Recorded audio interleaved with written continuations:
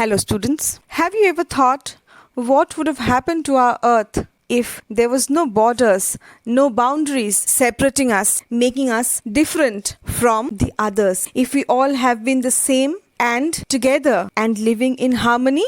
That is what poet James Kirkup talks about in his poem No Men Are Foreign. The title No Men Are Foreign means that no man belongs to another country. The poet wants to say that all men are same and all men are equal. He wants to promote the concept of universal brotherhood. In this poem, the poet wants to tell us that everyone in this world is same. All the people, all men are same. They eat, live, die the same way. Everyone gets the bounties of nature like sunshine and land and in equal measure. We can say also that it is a poem that talks about universal peace. The poet creates a utopia. Let us find out as we read the poem. No Men Are Foreign by James Kirkup. Remember, no men are strange. No country is foreign. Beneath all uniforms, a single body breathes, like ours. The land our brothers walk upon is earth, like this, in which we shall lie. Right in the first line, the poet says that no men are foreign and no country strange. So, he is attempting to remove all the borders from the earth which have been erected to separate different countries. Then only no country will be foreign. We will feel every country as our own land when there will be no borders. Everyone will be free to move around. The poet wants to say that the entire earth is one and all the people who live in this earth belong to one human race. Then he says that the inside the uniforms worn by soldiers of different countries, the human being is the same. God has made all of us in a similar way. All human beings breathe the same way. Then he says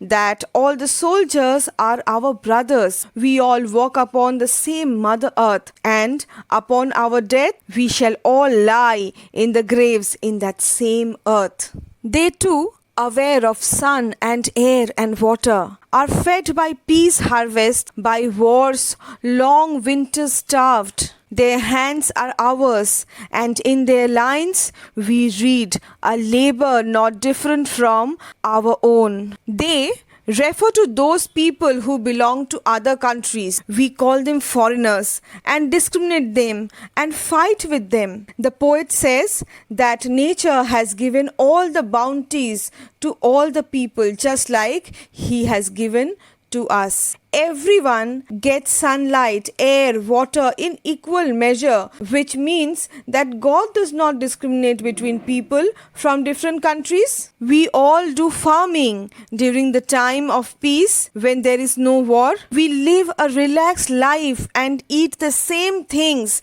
given by nature. Further, the poet adds that the way we starve during wars and winters is the same for those belonging to other countries. Even they don't get food at the time. So, he wants to say that foreigners who belong to other country and we both are the same. And then the poet says that even their hands are same as ours. They work very hard just like we do. He is giving all these examples just to convey to the readers that there is no difference in us and the people belonging to the other country. Remember, they have eyes like ours that wake or sleep and strength that can be won by love. In every land there is common life that all can recognize and understand. The poet asks the readers to remember something. He says that we should keep in mind that the people of another country whom we think as our enemies